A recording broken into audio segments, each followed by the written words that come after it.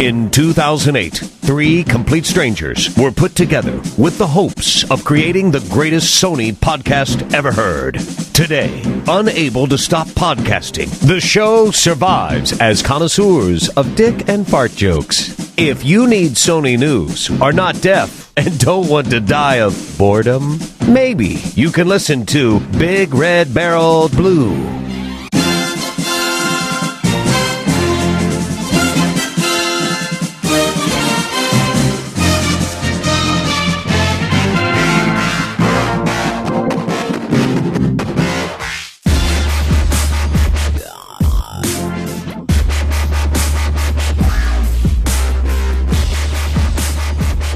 Welcome, everybody, to episode 16 of the BigRedBarel.com PlayStation Podcast, episode 186 of the Blu Show. The E3 episode, we are the champions, once again. When are we gonna give up the whole Blu Show long? Are we gonna do 200 and that's it? Or are we just gonna keep going after that and just kind of do two numbers? I quit 6 months ago. No, I have no end. If you asked me when we're going to end, I never would have done the show because I never thought we'd last 12 episodes. So, wow. This is a virtual Rothbart. PacMan called it. This is the E3 episode. This is probably my favorite episode of the year. Are we doing a longer episode this time? Dave could have given us 4 hours and we would have needed 6. He could have given us 10 and we would have needed 12. So I'm not telling you how long we're recording tonight. What did he give us? Did he give us anything good? Oh, he gave us something. Last time he gave me something, I had to go to the doctor's. So anyway, I have never had that much penicillin in my life. We need to have short intros and get right to the meat. So I'm going to say... That's what she said. I like D3. That is what she said. Yeah, it is. Yep. And so I'm Rothbart. That's Frawlz. That's PacMan. Hey. All right, so one of us went to E3. Yeah. Well, no, not technically. Okay, one of us went to the Sony presser, the only press event that matters to this podcast. And it's the only press event that really mattered by and large, because you could... If you watched last year's Microsoft conference, you saw this year's Microsoft conference. Oh, snap. Wow. So, Frawlz, I know we're going to get into it as we break down the topics, but... If you could wrap it up into 30 to 45 seconds, what was your overall impression of the Sony press conference? My overall impression had to be Sony is coming in with blockbuster titles 100%. I think there's going to be little things coming down the road that Sony's going to tout, but this E3 presser, they came in with some... It was basically like sitting in a movie theater before you're going to see a big movie and just seeing previews of all the movies you want to see. It's coming soon. It was just like one after the other of everybody just saying, wow, that looks awesome. Well, except for Far Cry. It looks like shit. But everything else looks amazing. Far Cry is a waste of space. If you had to give it a letter grade, what would you give that press event? I'd have to give that press event, I have to give it a B+. Now, see, if you would have said anything other than a B+, I probably would have argued with you because I had a B+ in mind. So really, and both of you, a quadruple plus. It could have been better, PacMan. PacMan's kind of a little biased, though. I don't know why. Well, wait, no. If I was biased, I would have given it 5 pluses, but I didn't. I held myself back, and I only gave it 4 pluses. Why no A5 pluses? Anyway, I went to the Sony press conference 2 years ago. And it was all about 3D and move and all that stuff. And this time around, it was 0 3D, which kind of had me a little concerned. But the way they presented it was very classy, and I liked the way that they actually did the multiplayer, showcasing some of the games with more than one person on the screen. And the sound was absolutely... was cool how they could do that in such a big room and create a surround sound atmosphere. But it's Sony, so I'm sure they had that tech already available. How was the voice acting? The voice acting was great. Jack Tretton, he's my idol. All right. Well, I guess since no matter how much time we have, we're probably not going to get through the agenda saying everything we want. We should get started. So cool. They announced a couple games that we didn't quite know much about going in. One of the games was Beyond Two Souls, the new Quantic Dream game from David we knew Cage. there was a game, but we didn't know the name. Well, and we didn't know anything about it. So that's pretty much all we knew. And you were telling us a little bit about this, Frawlz, so you were there. Why don't you just give us a quick spiel? I know Pac-Man wants to say a couple things about this one, but for people that don't know what it is, briefly say what it is and what you thought about it. Well, it's Quantic Dream's newest game, and what they did was it basically enhanced what they had in the last game of Heavy Rain. So it's basically a massive mocap game. So it's basically these actors replaying in a video game, and you basically choosing what happens next. So, but the premise is different. So, like, apparently it's this girl, and for the first time ever in a video game, you're going to follow the story of a girl's life from the beginning all the way to the end in the story. Well, that's not true. It's just 15 years, but 15 years of her life. Yeah, well, 15 years. Yeah, I get. I mean, I'm thinking she probably dies at the end. I don't know. Maybe people are gonna be mad if that's right, but it looks stunning. Does Scott Shelby kill her? It looks awesome. It looks awesome. It's mocap. You know, it's what they did was they took something that they did great a couple of years ago and they made it amazing this time. And I was telling you guys before the show that you don't really see it until they zoom in. Like like when they zoom out, it looks like a video game. When they zoom in, the line really blurs between like is that a real person or is that actually a drawing? So it's pretty impressive what they've done so far. So, and it's got Ellen Page. If you're an Ellen Page fan, I guess. Who's a hottie, by the way? Hottie. So, Frawlz, it sounds like the words that you're using make you sound excited, but you don't sound excited. Well, I mean, it was a couple days ago, you know? I mean, it happened on, a Monday? The show comes out on a Friday? Things have settled in, and I think the reason why I'm not... Wait a minute, today's Wednesday. I mean, when I was there, I was like, holy shit. But now... You're like, I have to act less interested because this is not coming out for 2 days. Well, I gotta say, I was a little disappointed because, I mean, the mechanics are exactly the same thing as Heavy Rain, which I was kind of, like, not excited about. It just feels like a choose-your-own adventure book again. Can you stop right there? I want to say something. You're complaining because the game mechanics haven't really changed. How do the game mechanics change from Madden to Madden or Call of Duty to Call of Duty? You kind of expect that, but I mean, I know what I'm buying when I get Call of Duty, but it's with something like this. It's like, you know what? If this is what I come to expect, then fine. If Quantic Dream's going to come out with game after game, then I'm not going to be surprised when they come out with a game mechanic exactly the same thing as last year. But I was a little surprised at the fact that they had a game mechanic extremely similar to Heavy Rain, if not exactly the same. So, you know, I'm eager to play the storyline. I'm eager to play the game. I'm eager to get in there and really, you know, I'm eager to buy. I'm going to buy it. It's just that, you know, I'm a little disappointed that it's a little less free roaming than I thought it was going to be. So, is free roaming important for you in gaming? It's not. No, it's not. But it's more impressive when you have more control over the situation. Like you know, when Nathan Drake is meleeing somebody, if he's like hand-to-hand combat, you can actually punch somebody. And here, you're actually doing a predetermined move just by doing a stick and making him make a stick move and make him do that move. You know what I mean? So it's like you have choices of like either making it or you don't, and there's consequences either way. Like with Nathan Drake, you're hitting the punch button, or with God of War, you're hitting square and triangle. I think you're selling the game short, because if you're implying that it's all on rails and you just have to push the controls when the QuickTime events come up, I think that's not entirely accurate. I think there's contextual controls that come up, and from what I saw of the 24-minute gameplay video, there was absolutely parts where you were controlling what was going on, absolutely. I mean, sure, when you come up to a door, there's a symbol that comes up and you have to do that movement, but walking up to that door, you were in control of your character. You weren't just holding a button or holding a stick.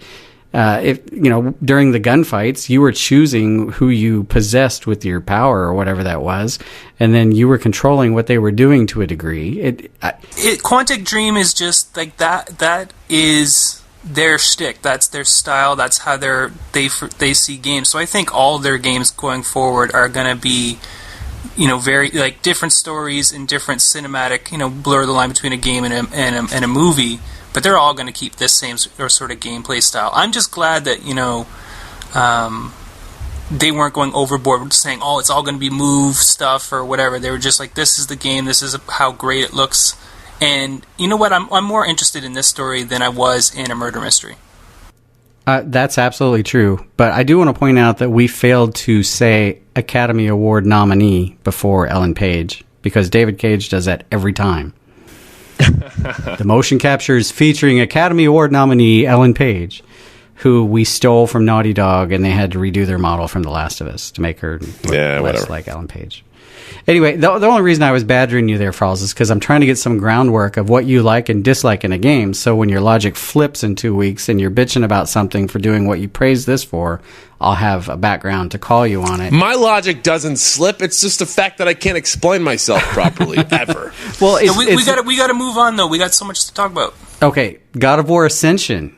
I want to say right out the bat, I didn't really care about God of War. When they said they were going to talk about God of War, based on what I saw of the multiplayer, I was like, whoop-de-freaking-do. But I went and I watched the single player, and I've just decided multiplayer, whoop-de-freaking-do, single player, bring it on. I thought it looked great. So single player looks amazing. The girl next to me, when they cut open that elephant head open to rip out the brain, the girl next to me, who was from Virgin Atlantic, she was a representative from Virgin in the UK. All sitting by she the couldn't look. She covered her eyes. She covered her eyes completely. So it's graphic. It's great. I think it's this. You know what the funny thing about this E3 conference was? It was so violent. It was. Somebody gave a kill count for the Microsoft and Sony, 200 and some deaths during the Sony and Microsoft presser combined. It was funny. 87 human deaths in the Microsoft presser, 50 human deaths in the Sony presser. Really? But I think they were a little bit more graphic. Well, and plus there were non-human deaths too, but yes. But God of War is just guaranteed money. Like, we're all going to get God of War Ascension. Single player is a given, and I don't know. I'm actually kind of interested in playing the multiplayer. What they've shown of it doesn't look bad. Frawlz pointed out a distinct new thing to the God of War franchise is the facial expressions. What were you telling us about those?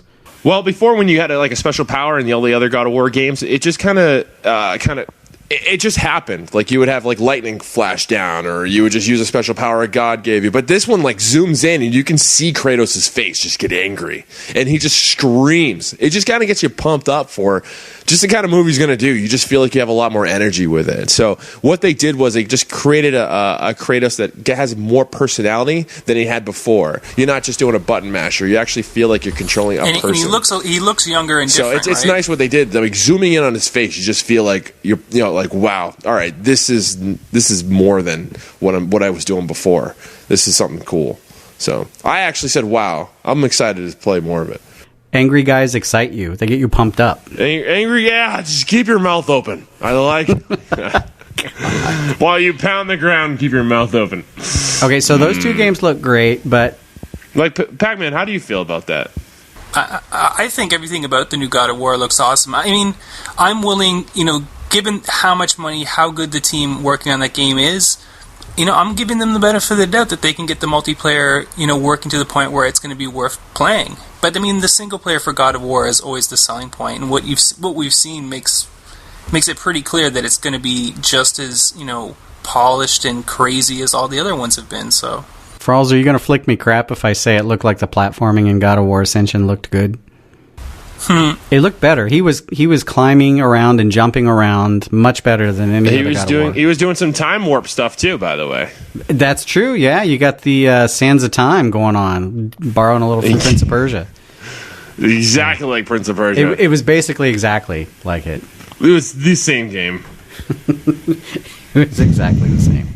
All right, so we're not done with amazing looking games. Naughty Dog showed off The Last of Us gameplay. And as I understand it, they were very adamant. I mean, they told us that it was real-time gameplay, but they were adamant afterwards that people were saying it was extremely scripted, and they said it was unscripted. I mean, I'm sure they had to script it some way to where it ended with that shotgun blast to the face. But if that was completely unscripted gameplay, I don't see how anybody can say anything but damn.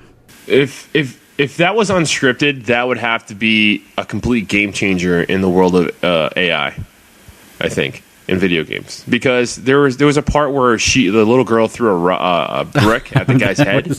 Hey, whack! That was awesome. And just kind of like, I mean, how is that not scripted? And the guy ran into a room, and he walked into the other side, and the guy attacked him with a pipe. It's like, how is that not scripted? What if you went into the room the other side? What do you... Well, I mean, no, you're confusing scripted with triggered events. So, do you think that these triggered events are just not... that might not happen if you don't go into that room? If you walk into the other side, he won't be there? No. I mean, the minute you walk into that room, that event triggers. But he didn't have to go down that room. There was another hallway. That room wasn't like where you needed to go. The whole thing wasn't scripted, but they knew when he'd go into that room, that guy would hit him, and they could end the scene there. Yeah, if you didn't go into the room where Ellie picked up the brick, she wouldn't have picked up the brick to throw it at the guy later. You could have not gone into that room. And but the amount of variables that have to go into something like that when you're creating a game is... That's why they make millions of dollars. I'm just saying that takes time to do, and it's just you have to think of every move a player is going to make in order to be able to, not script something, but just to have it happen just in case someone walks into a room there. I think that you would probably be impressed. I've never seen a game with that kind of intelligence, and it looked a lot like Gears. No, it didn't look like... Oh my God. How many years ago was that I said that? It's always been that way. Can't live... Okay. But, I mean, just about everyone thinks that was, the game. I mean, if not the game of E3, definitely in, the top 3, top 5. Well, despite the fact that it's very gorgeous in terms of a game engine, I'm happy that a game is mature in an adult context, not sex, but if you're fighting for your life, you're probably, you're either going to be dead or you're not going to hesitate to shoot somebody in the face with a shotgun. And they make that call, and it comes off like, if he didn't do that, he could be dead. And, movies do that. Books describe things like that. It's about time that games gave you a context to do that. That's not, here's my thing that shoots Coke can-sized bullets at Space Marines, and I'm going to blow them away from across this, 3-mile chasm. Put somebody in a realistic situation and let's see some realistic survival stuff. And I was like, yeah, and it wasn't heavy. It wasn't the super dark survival horror kind of survival that is really prevalent. A lot of this stuff happens in the daylight. It's just straight up survival in the real sense, not survival in the I'm trapped in a small space and monsters are after me. Yep. Although I'm sure there's going to be portions of that in that game as well. Sure. Yeah, it's definitely not Zombie U. All right. So this next game we're going to talk about was one that I had never even heard of before E3. It's one of the few things that came out of the blue and just was like, wow.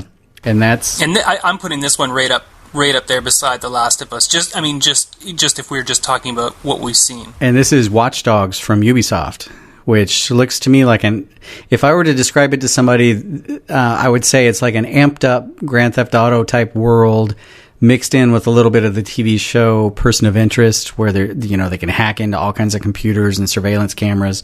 And the notion of the game is everything is connected. And if it's connected, you can use it as a weapon. So you can learn stuff about people by hacking into their phone or, it's really cool. And the graphics, what'd you think, Pac-Man?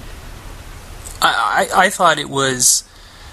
I mean, it's one thing to say the game looked good, but it was the little subtle touches to the game, because most of the trailer, once they get outside, there's this rain effect that totally adds a level, a feel to the scene as he's walking with his coat and it's sort of dripping water, and there's a portion of it where he just looks like a regular person walking in the real world down the street while it's raining, and then he starts running, and then he hacks these cars, and a car crash happens, and then gunfight goes down, and I mean, it looked really, really, really, really good. I mean, we're talking one of the, it's one of the best looking games we've seen. I mean, it's right up there with The Last of Us and the other big hitters. And the gameplay itself, like the shooting mechanic, it had a little tinge of the bullet timey thing, but they didn't overdo anything. And none of it looked cheesy. It all looked unique, and it was set in the future, but it wasn't trying to be Blade Runner or Deus Ex. It was set sort of 10 years from now in this sort of believable future that we could get to, and it was just for an E3 where there's basically no surprises, it was basically the biggest surprise, just how good it was. I don't think anyone was expecting it. I do think the footage that they were showing, I don't think they said it, but we talked about it a little bit ago. I think we all agree that it was probably PC footage. Oh, no doubt. I mean, the rendering of the rain alone just looked awesome. Well, yeah, I mean, just the super detailed touches on his coat when he's walking and the movement when he's going. But the rain effect is the kind of thing at that level of detail that's definitely going to take a hit on the consoles. But, I mean, if that's how good... Even if that is a really, really super extra polished section of the game, if it looks even 90%, 80% as good as that on the final PC release for the rest of the game, I mean, that's going to be a benchmark game for PCs. And it'll almost certainly be one of the best-looking games on consoles. Yep. And it's good to see Ubisoft doing something that's not Assassin's Creed. Not that I'm knocking Assassin's Creed 3, because it does look good, but... I'm glad that I mean, it's just another one of the new IPs that Sony brought out. Like this E3 conference was Sony's like, we're about games, motherfuckers. Look at all our brand new IPs, not crappy little throwaway IPs, big budget games you can't get anywhere else. They didn't have to fill up their entire press conference with third party. You're not a big fan of Just Dance? I'm pretty sure Watch Dogs is a multi-platform title, isn't it? Well, Watch Dogs is, but I mean, Sony had Beyond Two Souls. Beyond Two Souls is a new IP. PlayStation All Stars is a new IP. What else did they have? Speaking of Assassin's Creed 3, that's the next game on the agenda. Well, there you go. They announced, not only was it at the Sony presser, and not only did they announce a bundle with the PS3 and the PS3 version of Assassin's Creed 3. White PlayStation Vita and Assassin's Creed 3 Liberation for that. But the big news was if you get the PS3 version, you will get 4 additional single-player missions as downloadable content included at launch. So while they didn't go out and say nobody else would be getting exclusive levels, they did say that you could only get these levels if you bought on the PS3. So I'm guessing they're working out some Ubisoft magic. So if you're one of the people that buys the game and plays it all, which is only half me, that's the version to get those 4 levels on. There you go. You know what? I had really gotten burnt out on the Assassin's Creed series, but now that they've changed settings, and we almost doing what the Microsoft does with Call of Duty, so we're getting a whole bunch of extras for the PlayStation only, is pretty sick. And then if you have the Vita. And you have, if you have Assassin's Creed 3 Liberation on the Vita, so you've got the new female character for on the Vita, and then you own Assassin's Creed 3 on the PS3.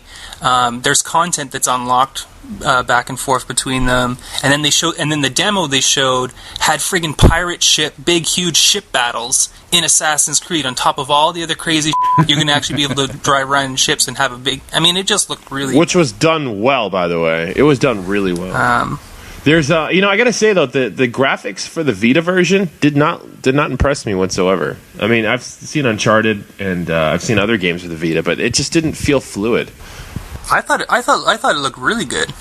Yeah, from what I saw, it looked pretty good, too. So, and they promised that it was not a dumbed-down game, that it was a free-world Assassin's Creed game on the Vita. It was a nice touch that that the third-party game that they decided to put in their presser on top, after God of War and Last of Us and Beyond and PlayStation All Stars, they had a third-party game up there, but they had a whole bunch of stuff that was still exclusive to the PS3 or Sony anyway, which was slick. And both those games look good. Both the Assassin's Creed look good. For a reason I never could figure out, they also showed Far Cry 3 at the Sony presser. I didn't see anything... I was trying to pretend that didn't happen. I'm not that I'm not big into Far Cry 3, I just don't see why they had that as part of their presser. Yeah, I didn't either. It was so bad. It was like I turned around and I looked at Candace and I was just like, this looks like crap. And they were just kind of excited about it. I don't know if they were just in the mood because they were... It doesn't look like crap. I mean, There's no big selling point for me on it yet. I mean, the cinematic trailer and the debut trailer they dropped looked really cool, and that guy was fighting for his life or whatever. But I mean, that game's going to be competing against a lot of other titles. Well, the big reveal was that they had a 4-player co-op mode with the full campaign in addition to the single-player campaign. See, that's a nice touch. But I mean, it's as much as I want to get interested, there's so many other games. It's going to be one of those things where if it comes out and it's, everyone's like, man, it really is awesome, then I'll get it. And if it comes out and it isn't awesome, I'm not going to be one of the day one purchasers who regrets it. Yep. All right, so the next game is the game that I hate to say the name to because it's so damn long. PlayStation All-Star Battle Royale. Yeah, it's so long. You're used to having big things in your mouth, or come out of your mouth. That was actually... Womp, womp, womp. Anyway, they announced, I think right before their presser, I don't think it was any secret that there was a Vita version in the works, but they announced that Nathan Drake and BioShock's Big Daddy were the two reveals that they decided to do now. I think they're going to string those along for months.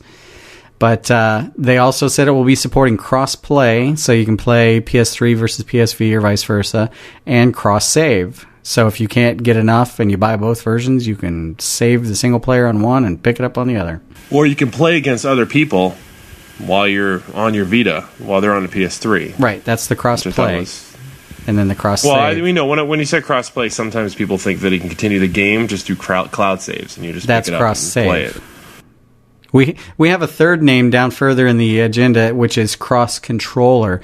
Now, I want to ask you guys if you think this is retarded, because we've got the cross-media bar that they abbreviated XMB, but then they come out with cross-play, cross-save, and cross-controller, and they used the C. They didn't abbreviate it at all, and I think it's kind of confusing. But it is really poorly named.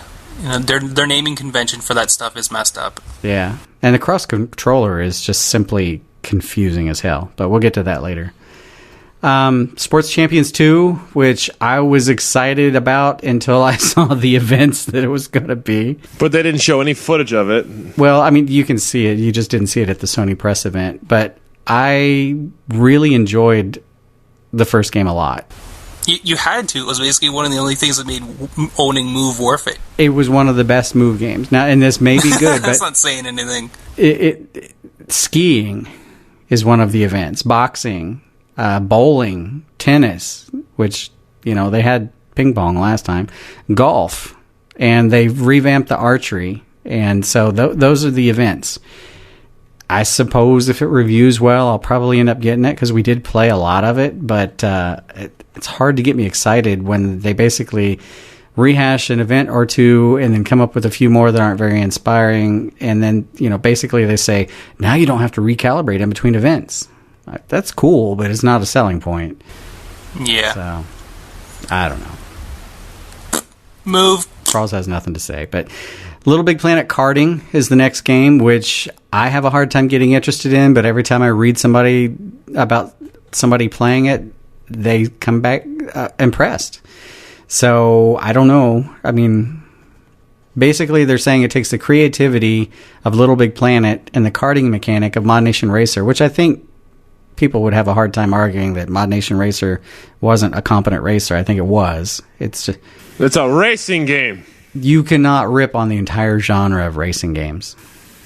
I'm just saying. No, I enjoyed Little Big Planet. I enjoyed Mod Nation Racers. But they pointed out, and this I did not know, is that the game supports overhead racing, side-scrolling racing, and behind-the-car racing views. So it can emulate a lot of different racing styles. And I did not realize that they were going to have the level of course editing that they're offering. I thought that it was going to be, a fairly tame version of Mod Nation Racers, but it looks like they're keeping all of the creativity options and just everything is themed Little Big Planet.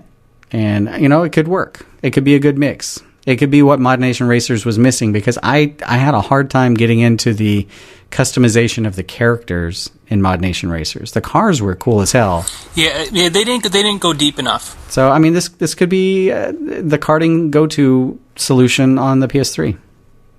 So, booyah! Yeah. Yeah. Alrighty.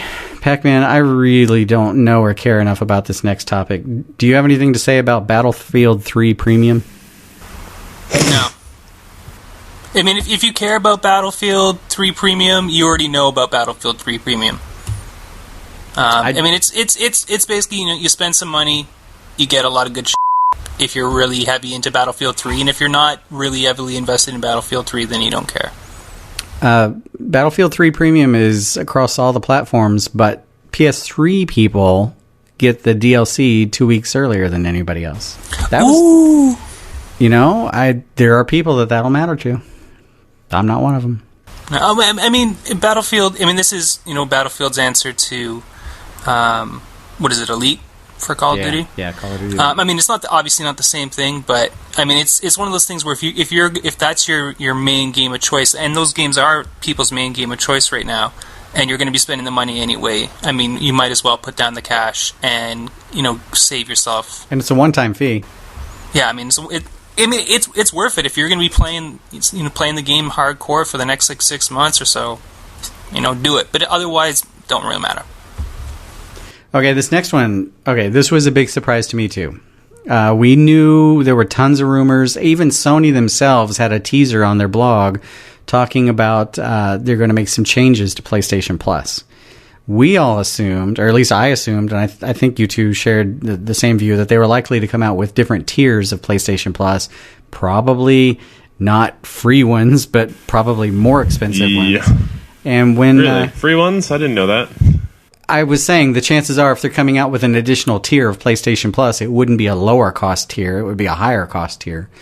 I know, because mine was a really low cost tier when I got it. Oh, yeah, that's right. Frawlz showed up, so you got a free year worth. Wow. Everybody got a free year's worth there, and the funny part is they weren't even regulating it either, so you could just walk out and grab 3. How many years did you get, Frawlz? Just 1. Wow. Bravo. Anyway, sorry. So what Sony ended up doing... What they ended up doing was saying, here's your instant game collection. If you join PlayStation Plus, we're going to give you these 12 games free tomorrow. And here, so which means is that when you hear this, you can get these 12 games. This list. So if you pay whatever it is, $50 for the year, you get Infamous 2, Little Big Planet 2, Saints Row 2, Just Cause 2, Warhammer 40,000 Space Marines, Virtua Fighter 5, Ratchet and Clank All for One, which was 14 freaking gigabytes in size, Lara Croft and the Guardian of Light, Hardcore Uprising, Choplifter HD, Zombie Apocalypse, and Sideway New York. Okay, that, in my opinion, is worth $50 if you don't have those games day one. The rest of the year worth of membership is gravy. Man, there's only 2 games on that list that I'm not interested in, and those being Zombie Apocalypse and Choplifter. So, but I mean the rest of them, like Hardcorp's, sick game. Warhammer, I had rented it and I never actually owned it. I never beat it, so I'm looking forward to getting that. I no longer own Just Cause 2, but I'd love to own it again because I have all the DLC. And you'll have it digitally. I mean that whole list is just f***ing awesome. Like Infamous 2 is an amazing game. I mean, that right there is still being sold in stores for pretty close to its original price. Frawlz, redeem your code. Get your downloads. I will. I don't have enough space on my hard drive. I might have to buy a new hard drive. Get a new hard drive. They're $50. And I have no excuse. It sucks because I'm going to play these games. I want to review them. You should totally review Just Cause 2. Yeah, I will. I might have to. Infamous is amazing. About installing a new hard drive or buying a new PS3. For the love of God, never ever buy a new PS3 to get a bigger hard drive. Like that's madness.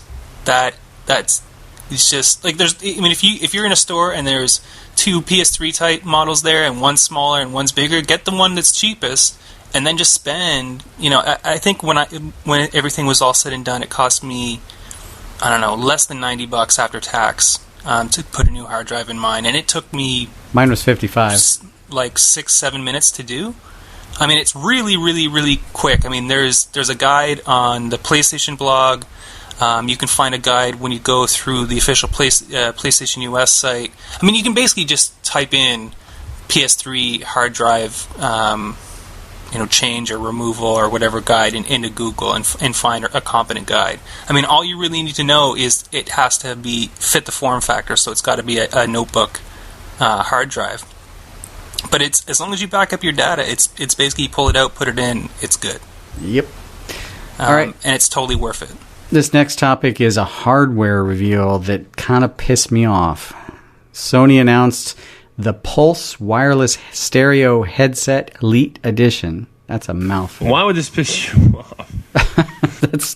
Is there a non-elite edition of this headset? Anyway. The one you have? I want these more than the ones I have. Oh, okay. So you want the Elite Edition. It's another wireless headset, 7.1 virtual surround sound. This time it actually looks like a normal pair of headphones, has higher fidelity speakers, multiple preset sound modes, hidden noise-canceling microphones. It has something called bass impact, which is basically for the bassy parts of your song. It's got a little rumble thing right in the headset. And Horn is going to sound awesome. It works wirelessly with the PS3, but you can also connect a cable to hook up your PlayStation Vita, your phone, any portable device. And it's retail for $149, so $50 more than the other headset, which, given those differences, I probably would have opted to spend $50 more and get this one. But now I'm screwed because I bought it last year. Ha. Well, that's what you get for being an early adopter. On their announcement for this headset, I thought it was pretty funny. They actually addressed that they're still going to be fixing the, quote, side tone feature that firmware 4.1 picked up.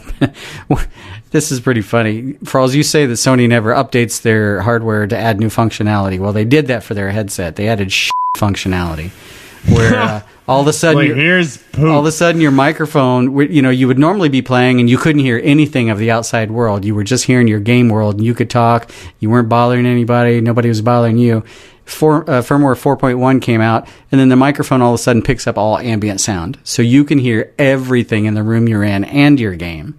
And it's really distracting if you're trying to get in your groove while there's stuff going on in the room with you, because you can hear perfectly with the headset on.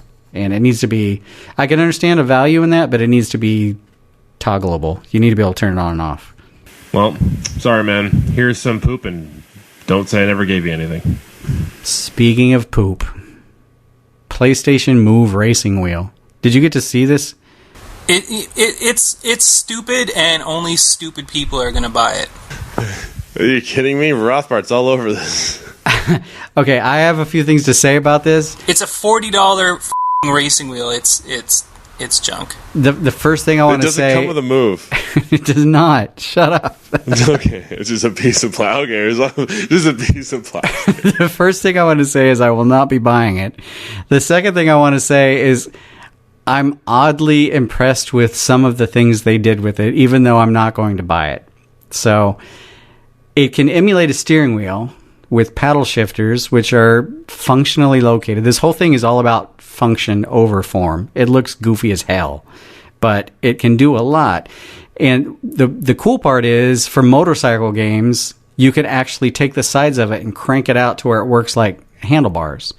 And it connects electronically to the PlayStation Move controller, so it's got button extenders everywhere that aren't mechanical, they're electronic, so they should work well. It's got triggers, so like if you're in a quad racing game, you've got a throttle trigger up on your handlebars. It wouldn't be a thumb trigger, though, it'd still be index finger. When you're playing Little Big Planet and you pick up a power pickup, a weapon or something, the ball on the Move controller changes color to indicate which pickup you've gotten. The paddle shifters, which you would use to shift, like in Gran Turismo, well, in Little Big Planet karting, the right paddle attacks to the right, the left paddle attacks to the left, like a bump attack or something. They put a lot of thought into it, much like they did with the sharpshooter, where they didn't just slap out a plastic circle and tell you to stick your Wiimote in it. Yeah, but anyone interested in getting a wheel for gaming is not going to get that one. Yeah, you can hold a wheel in front of you for 5 to 10 minutes, and then it's going to be a pain in the ass. But, yeah, I mean, you're not going to be using that to play Gran Turismo or something. No. I mean, you might play it for like 5 or 10 minutes in Little Big Planet karting, maybe. The funniest thing was that it was identical to the goofy patent picture we talked about months ago. It was hilarious. It looks ridiculous, but anyway. Soon to be on sale for $7.99 on Amazon clearance. Yep. Wow, it sounds like a bargain. Yeah. Little Big Planet 2 DLC is going to bring cross-controller PlayStation 3, PlayStation Vita play. So this is Little Big Planet 2 on the PS3 that you will be able to use your Vita as a controller for. I don't quite understand how it works, but that is what the Crust controller is. Well, no, I mean, it's basically, like Wii U. You'll be able to dual screen the single player campaign when you're playing. So, like, you'll be able to use the touch screen and some of the other functionality to mess around with the environment, or at the same time as you're holding the Vita in your hands and using the Vita as a controller and seeing a different perspective than you're seeing on the big screen, and you can use different functionality on the Vita to build stuff at the same time as using the regular controller and the big options on the PS3. Now, whether or not you'll actually end up really using that, and if that makes the game better or cooler, or I don't know if it even adds any sort of skill set to what people can do, but skill set. I don't know. It's all about what games are actually going to make use of it. That's it. Well, I mean, everyone's about having some portable device connected to their main console right now, and having interconnectivity, being able to play games against the consoles, or being able to share, media from the consoles, or this, that, or the other thing on a phone, on a tablet, on PSP, on 3DS. It's not the first time it's not the first time it's happened either. Nintendo did this so many years ago with their Game Boy. It didn't take off. Like nobody really cares. They played Pac-Man, I think, that way. Somebody played as the Ghost, and other people played as the Pac-Man or something. Yeah. Yeah. Well, I mean, I'm talking about the Nintendo a long time ago when they did the regular Game Boy. No, yeah, I think it was with the Nintendo 64 with 4 Game Boys. I think that's what it was.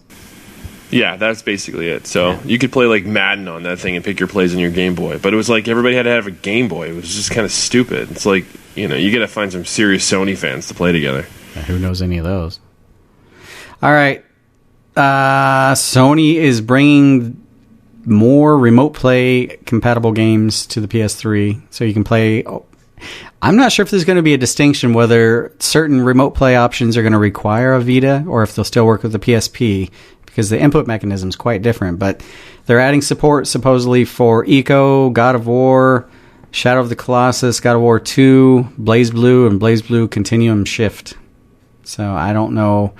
If they can get the latency down, maybe that might be interesting. I'm not terribly interested in it as it is. Yeah, I gotta admit, I rarely took advantage of that on my PSP. Frawlz, yes. In 10 words or less, how would you describe Wonderbook? Wonderbook. It's wunderbar. It's not right. I mean, it's a cool ass concept that I think is gonna I don't know. I think it's awesome. I think it's a cool concept. I really, really do. I don't know. I'm just trying to I'm thinking what kind of parent buys a PS3 for their little kid though? I mean, I can see them buying a Nintendo. I am just happy that you are excited about it. I'm not excited about it. I just think it's a good concept. You said it was amazing or something, didn't you? You just said it was awesome. Awesome. You said it was awesome. I thought it was pretty awesome. The whole demo and everything like that went fairly well, and I think kids are going to love it. That's good. I'm glad you liked something there.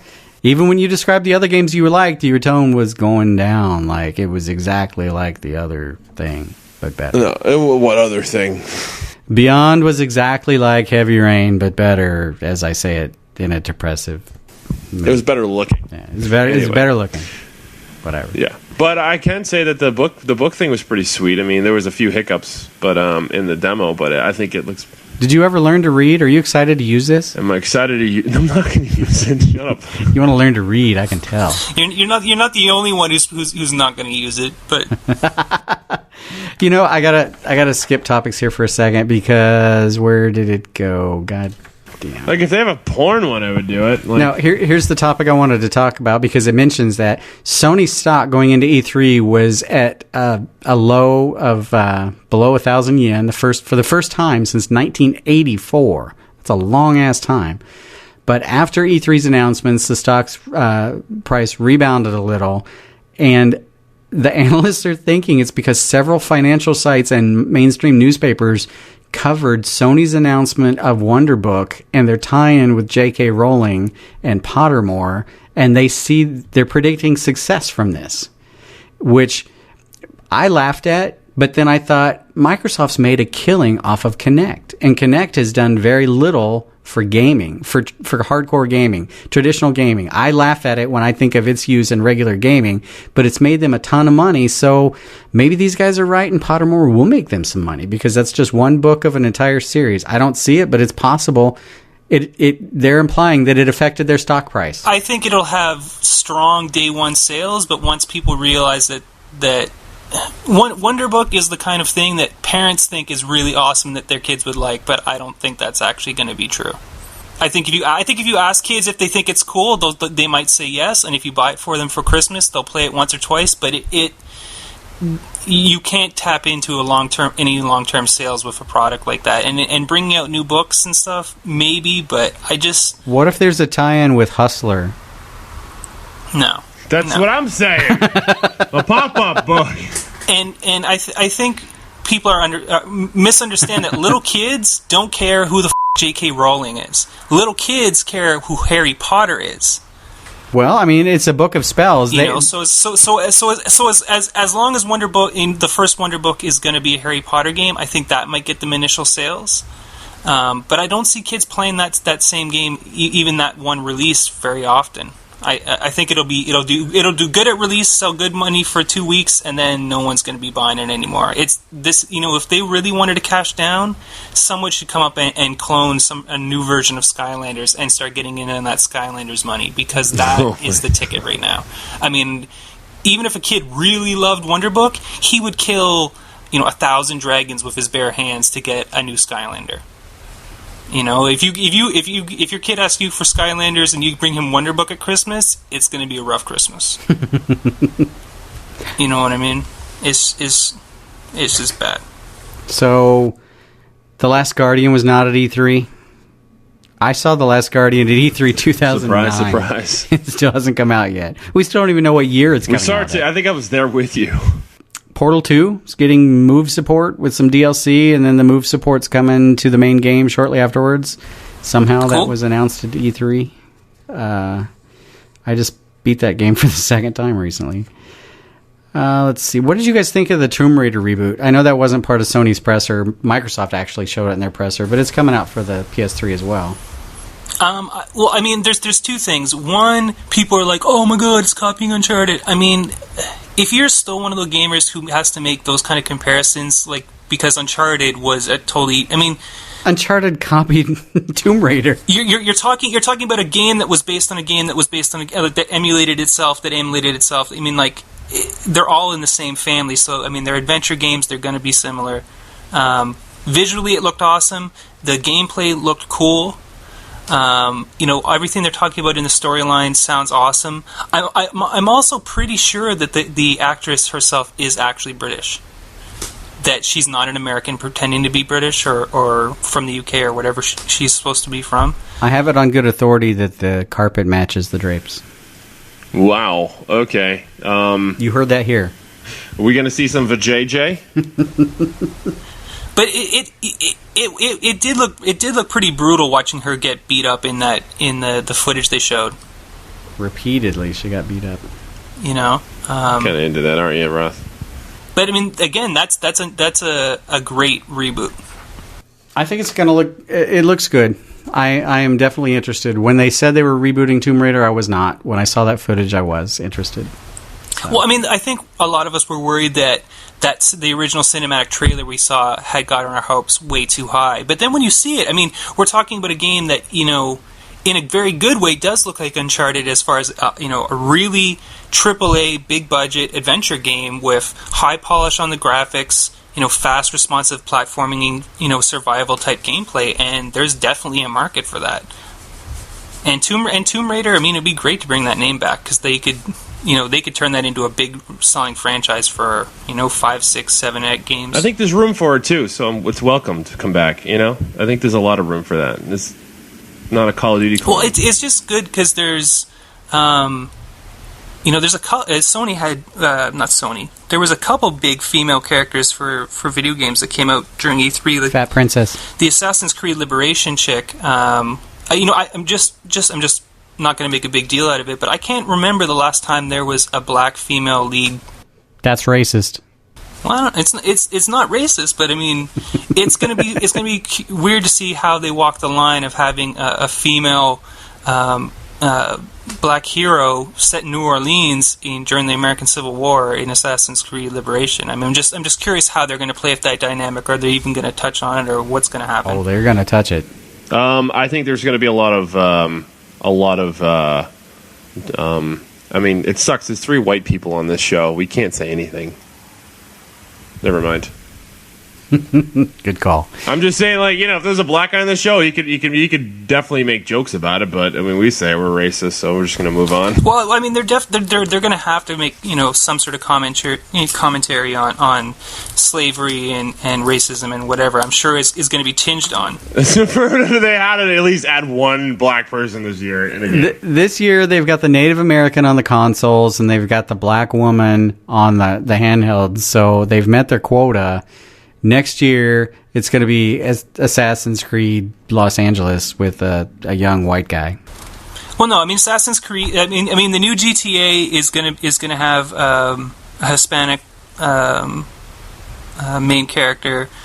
That the new Grand Theft Auto competitor Sleeping Dogs is set in Hong Kong, and I mean, there is definitely some more diversity. It's just I'm just waiting for some new blogger to write an article about how everything's going to change, and really over talking instead of just being glad that it's happening and that we can all just accept it and move on. And it's just good because no one wants to play as the big super built white Marine for the millionth time. All right, it's time for some Vita news. Shoot, that was rumor news. If you guys didn't hear, the new Assassin's Creed on the Vita is going to have a black woman. Yeah. That was my first topic. Wow, okay. Second topic, also related to black, Call of Duty Black Ops Declassified. That is the extent of the additional knowledge we have on the Call of Duty Vita game, except for it will have, multiplayer. Booyah.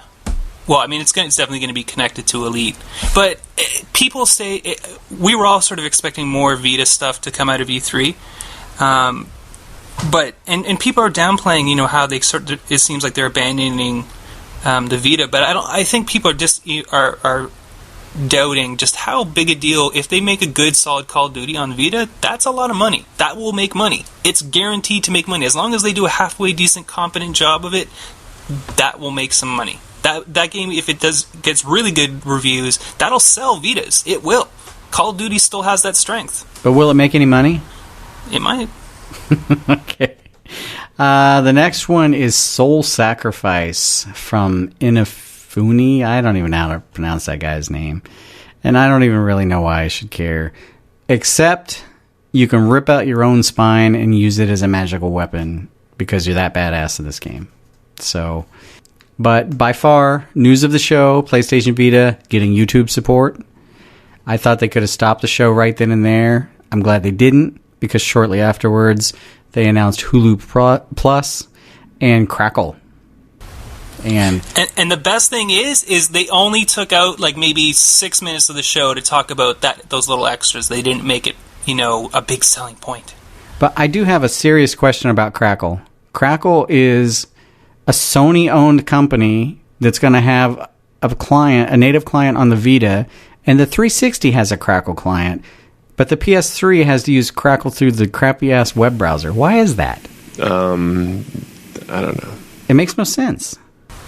I don't know. Maybe they should add some sort of functionality to allow you to not have to do that. It's because they're all too busy trying to upgrade the cross-media bar for you, Frawlz. They have no time. They're too busy to plug hacker holes and to create applications that nobody uses to edit your pictures.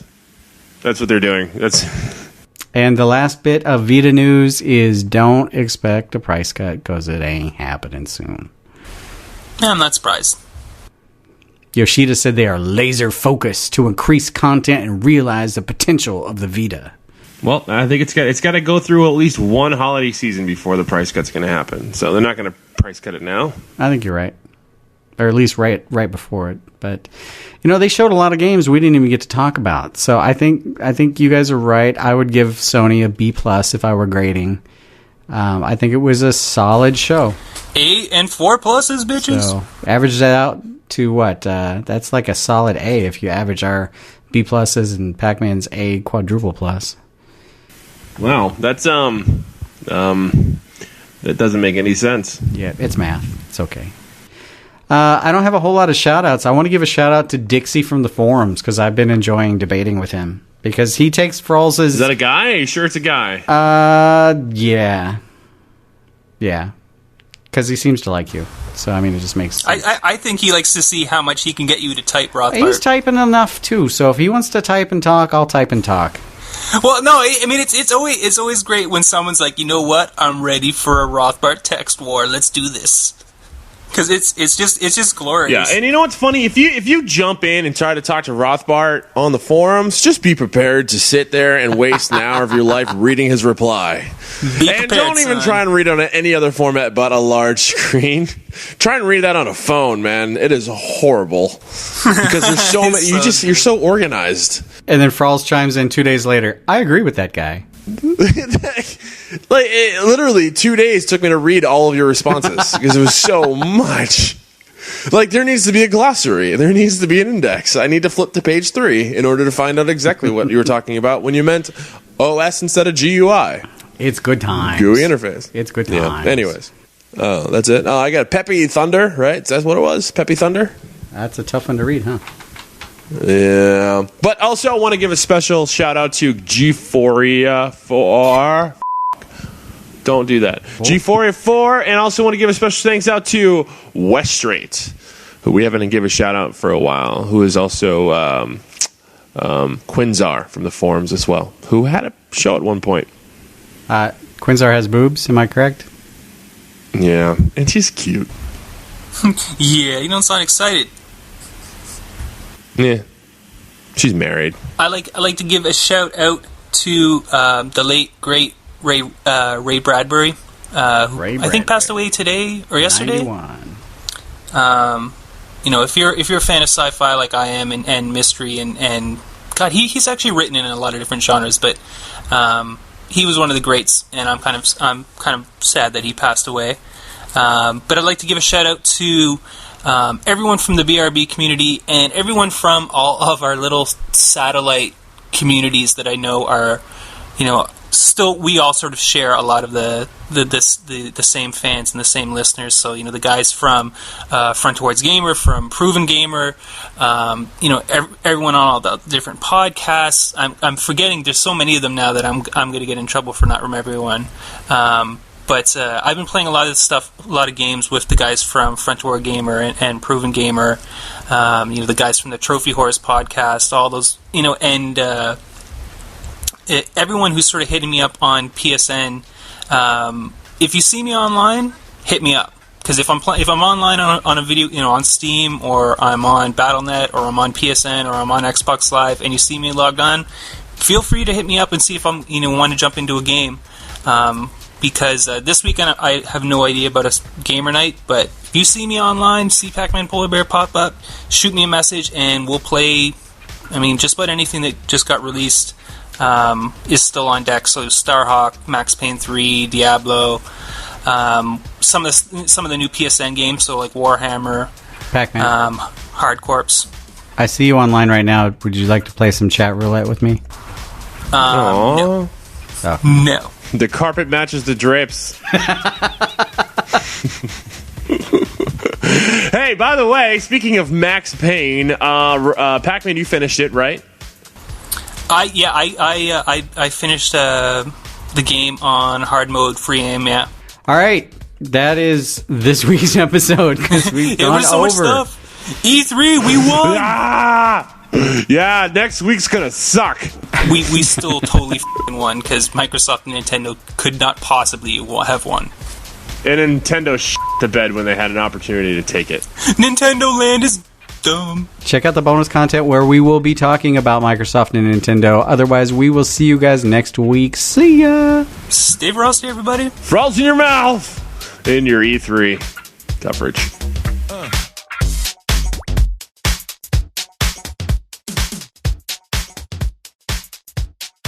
You and your ears are quite welcome for the podcasting goodness that you just heard.